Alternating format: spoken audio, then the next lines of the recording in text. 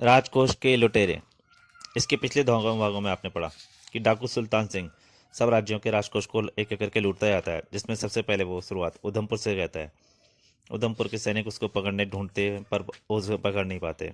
इधर राजा विक्रम सिंह अपने राजकोष के लिए चिंतित हो जाता है और महामंत्री से कहता है, तो महामंत्री राजा विक्रम सिंह और बांकेलाल को राजकोष की सुरक्षा व्यवस्था दिखाते हैं पूरी।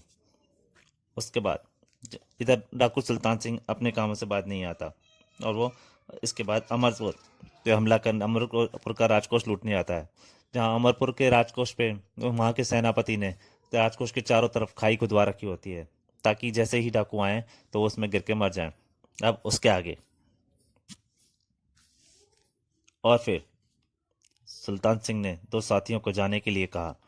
वे दोनों अभी भवन की ओर बढ़ी थी कि ओह ओह बचाओ, वो दोनों खाई में गिर गए। ओह, तो यह है इनका सुरक्षा प्रबंध। लाखन सिंह, हम भवन के पीछे की ओर से हमला करके राजकोष लूटेंगे। और फिर सुल्तान सिंह ने भवन के पीछे की ओर से जबरदस्त हमला किया। कुछ ही देर बाद अमरपुर का सारा राजकोष लूट कर ले गए।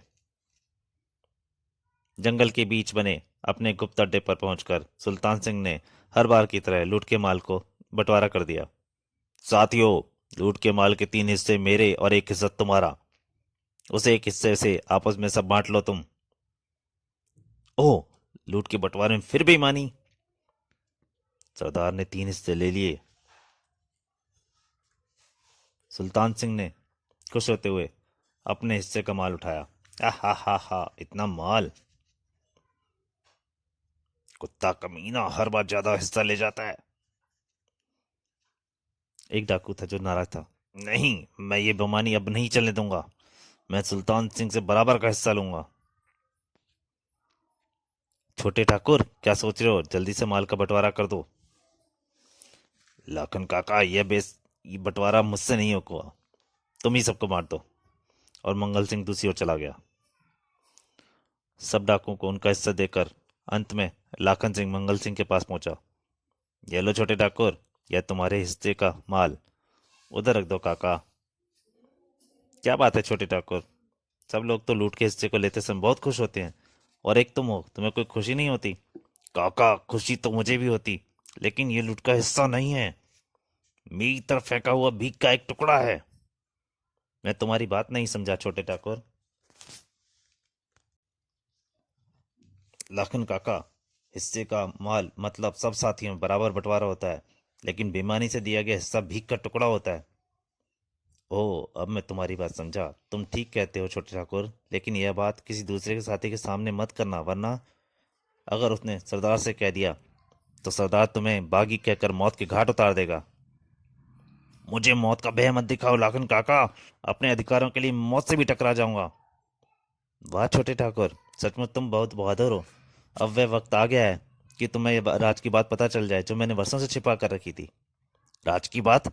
काका, कौन सी बात तुमने छिपा रख कर रखी है? यह उस समय की बात है जब तुम्हारे पिता ठाकुर संग्राम सिंह दल के सरदार हुआ करते थे। एक दिन वह माणिकपुर में लूटपाट कर रहे थे कि राज सैनिकों ने हमें घेर लिया। बहुत भयंकर युद्ध हुआ। उस दिन हमारे बहुत से साथी मारे गए और फिर हमें सरदार के साथ उस जगह से भागना पड़ा।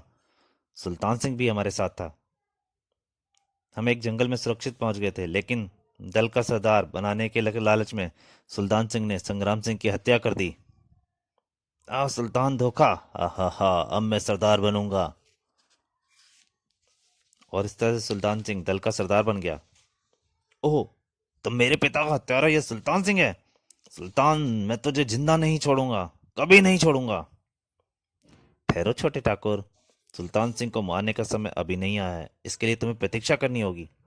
नहीं, मैं एक दिन भी प्रतीक्षा नहीं कर सकता। बुद्धि से काम लो छोटे ठाकुर।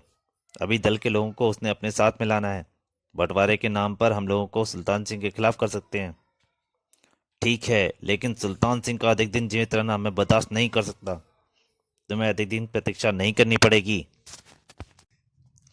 उधर दौलतपुर के राजा धनराज सिंह डाकू सुल्तान सिंह से बेहद भयभीत थे। महाराज, आप बिल्कुल भी चिंता न करें। मैंने राजकोष की सुरक्षा का ऐसा प्रबंध किया है कि सुल्तान सिंह कभी उसकी परछाई भी नहीं छू सकता। नहीं, हमें अब किसी पर विश्वास नहीं होता। उसने अनेक राज्यों के राजकोष को चुटकी बजाते ही लूट लिया है। महाराज, मैं पूरी सेना राजकोष की सुरक्षा पर लगा देता हूँ। नहीं, तब भी शायद हमारा राजकोष की रक्षा ना कर पाएंगे। और फिर सोचकर राजा धनराज सिंह ने कहा, मंत्री जी, हमने सुना है कि विशालगढ़ के राजा विक्रम सिंह ने अपने राजकोष को बहुत सुरक्षित ढंग से रखा है। हाँ महाराज, हमारे गुप्तचरों ने भी ऐसी ही सूचना दी है। और अभी तक सुल्तान सिंह ने विशालगढ़ के राजकोष को लूटने की कोशिश भी नहीं की। शायद वह भी उस राजकोष को लूटने से डरता है। मंत्री जी, मैं सोचता हूँ कि हम भी अपने राजकोष की बहुमूल्य वस्तुएं, हीरे जवाहरात, उनके राजकोष में रख दें। राजा विक्रम सिंह हमारे अच्छे मित्र हैं। आप ठीक सोच रहे हैं महाराज, हमें ऐसा ही करना चाहिए। तो ठीक है, आज ही अपने राजकोष की बहुमूल्य वस्तुएं विशालगढ़ भेजने का प्रबंध करो, लेकिन यह सब काम बहुत होशियारी से होना चाहिए। महाराज, मैं सभी वस्तुएं ऐसे गुप्त ढंग से विशालगढ़ भेजूंगा कि किसी को कानो कान खबर नहीं होगी। और फिर तीर्थयात्रियों के रूप में सैनिकों का एक दल बहुमूल्य वस्तुओं को लेकर विशालगढ़ की ओर रवाना हो गया। और फिर देखते ही देखते अन्य निकटवर्ती राजाओं ने भी गुप्त रूप से अपना राजकोष विशालगढ़ भेज दिया। तो दोस्तों, इस कहानी का तीसरा भाग यहीं समाप्त होता है। पर आपसे एक गुजारिश है, अगर वीडियो पसंद आए तो प्लीज़ लाइक कीजिएगा और ज़्यादा से ज़्यादा शेयर कीजिए, ताकि और मेरे को प्रोत्साहन मिले और अच्छी वीडियो बनाने का। नमस्कार।